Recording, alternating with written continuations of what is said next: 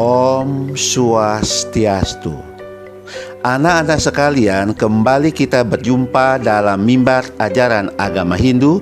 Pada kesempatan kali ini kita akan mempelajari tentang pewiwahan dalam ajaran agama Hindu, khususnya pada topik sistem pewiwahan, syarat sah suatu perkawinan dan kewajiban suami istri dalam membangun keluarga sukinah. Menuju topik yang pertama mengenai sistem pewiwahan, perlu kita tahu apa sebenarnya yang dimaksud dengan sistem perkawinan Hindu. Sistem perkawinan Hindu merupakan tata cara perkawinan yang dilakukan oleh seseorang secara benar menurut hukum Hindu. Seseorang hendaklah dapat melaksanakan upacara perkawinan sesuai dengan tata cara upacara perkawinan Hindu sehingga yang bersangkutan dapat dinyatakan sah sebagai suami istri.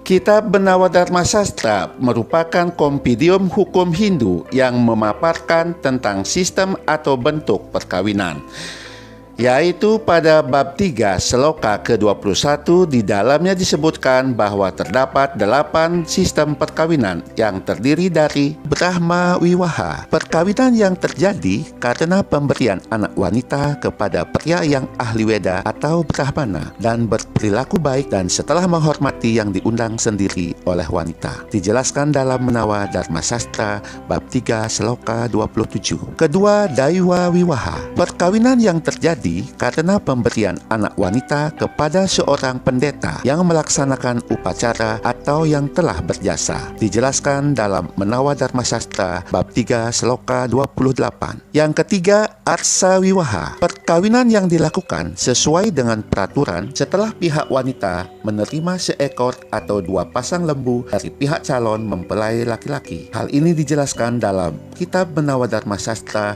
bab 3 seloka 29. Yang keempat, Prajapati Wiwaha, perkawinan yang terlaksana karena pemberian seorang anak kepada seorang pria setelah berpesan dengan mantra, semoga kamu berdua melaksanakan kewajibanmu bersama setelah menunjukkan hormat. Dijelaskan dalam Menawa Dharma Sastra bab 3 seloka 30. Kelima, Asura Wiwaha, perkawinan yang terjadi di mana setelah pengantin pria memberikan emas kawin sesuai kemampuan dan didorong oleh keinginannya sendiri kepada si wanita dan ayahnya menerima wanita itu untuk dimiliki. Dijelaskan dalam Menawa Dharma Sastra 3 seloka 31. Yang keenam, Gandharwa Wiwaha, bentuk perkawinan suka sama suka antara seseorang wanita dengan pria yang dijelaskan dalam Menawa Dharma Sastra bab 3 seloka 32. Yang ketujuh, Raksasa Wiwaha, bentuk perkawinan dengan cara menculik gadis dengan kekerasan hingga wanita berteriak menangis setelah keluarganya dibunuh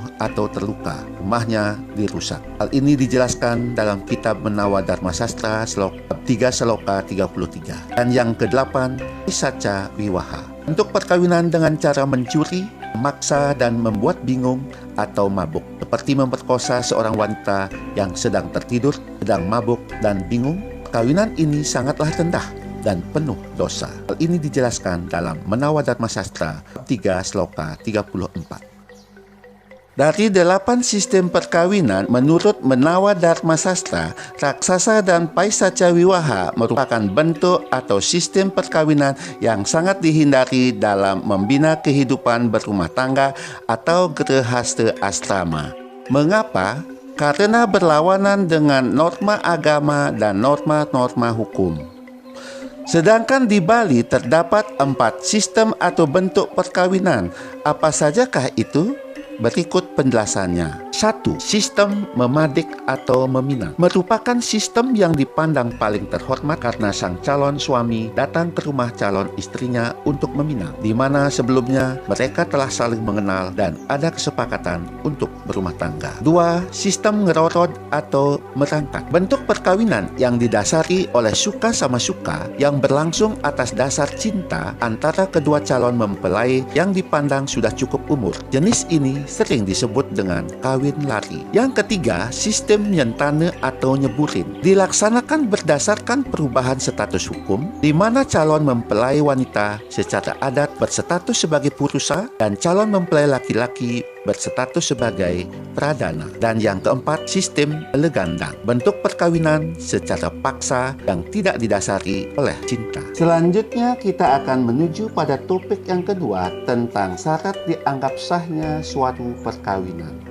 Apa sajakah syarat yang dimaksud? Perkawinan dikatakan sah apabila dilakukan menurut ketentuan hukum Hindu. 2. Untuk mengesahkan dalam hukum Hindu harus dilakukan oleh pendeta atau rohaniawan dan pejabat agama yang memenuhi syarat untuk melakukan perbuatan itu. 3. Suatu perkawinan dikatakan sah apabila kedua calon mempelai telah menganut agama yang sama, yaitu agama Hindu. 4. Berdasarkan tradisi yang telah berlaku di Bali, perkawinan dikatakan sah setelah melaksanakan upacara birkala atau upacara mebirkaunan sebagai rangkaian upacara wiwaha. Demikian juga bagi umat Hindu yang berada di luar Bali yang dilaksanakan sesuai dengan adat setempat. 5. Calon mempelai tidak terikat oleh suatu ikatan pernikahan atau perkawinan. 6. Tidak ada kelainan seperti tidak pernah haid, tidak sakit jiwa atau ingatan, serta sehat jasmani dan rohani. 7. Calon mempelai cukup umur di mana sang pria berusia minimal 21 tahun dan sang wanita berusia minimal 18 tahun. 8. Kedua calon mempelai tidak memiliki hubungan darah yang dekat atau sepindah. Setelah persyaratan perkawinan dapat terpenuhi dan sah sebagai sepasang suami istri,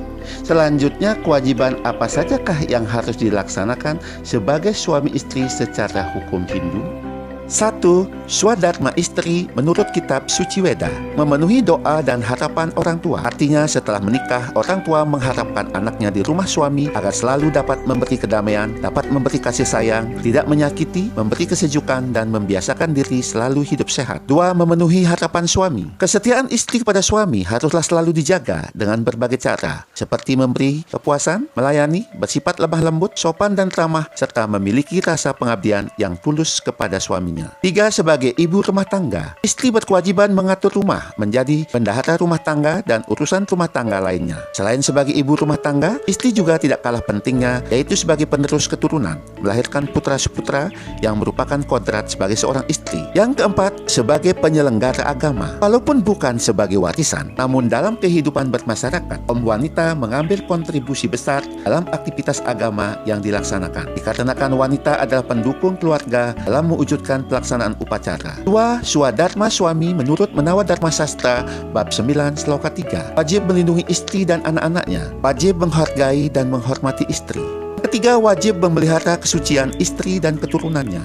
Terakhir, wajib memberikan harta kepada istri untuk keperluan rumah tangga dan kegiatan keagamaan. Selanjutnya, swadharma seorang ayah terhadap anak. Di dalam kitab Sastra Buscaya disebutkan, seseorang yang pantas disebut ayah adalah 1. Anadata. Artinya seorang ayah harus mampu memberikan makan. 2. Pranadata. Artinya seorang ayah harus mampu membangun jiwa si anak. 3. Sarira kerta. Seorang ayah harus mampu mengupayakan kesehatan jasmani anak.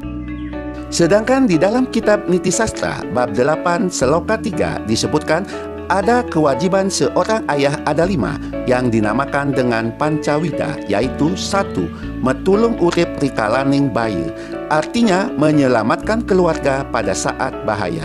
Kedua, nitia maweh binonjanu, artinya mengupayakan atau selalu mengusahakan makanan yang sehat. Dan yang ketiga, mangupadhyaya, artinya memberikan ilmu pengetahuan kepada anak. Yang keempat adalah anyangaskara, artinya menyucikan anak dan membina mental spiritual si anak. Dan yang kelima adalah sang amatwakan, artinya sebagai penyebab lahirnya anak. Baiklah, demikian tadi pembahasan kita pada hari ini tentang materi sistem perkawinan menurut agama Hindu. Bapak berharap semoga apa yang telah disampaikan tadi dapat bermanfaat untuk kehidupan kalian ke depannya. Seperti Einstein mengatakan, ilmu tanpa agama buta, dan agama tanpa ilmu lumpuh. Demikian pula dalam kehidupan berumah tangga atau perkawinan.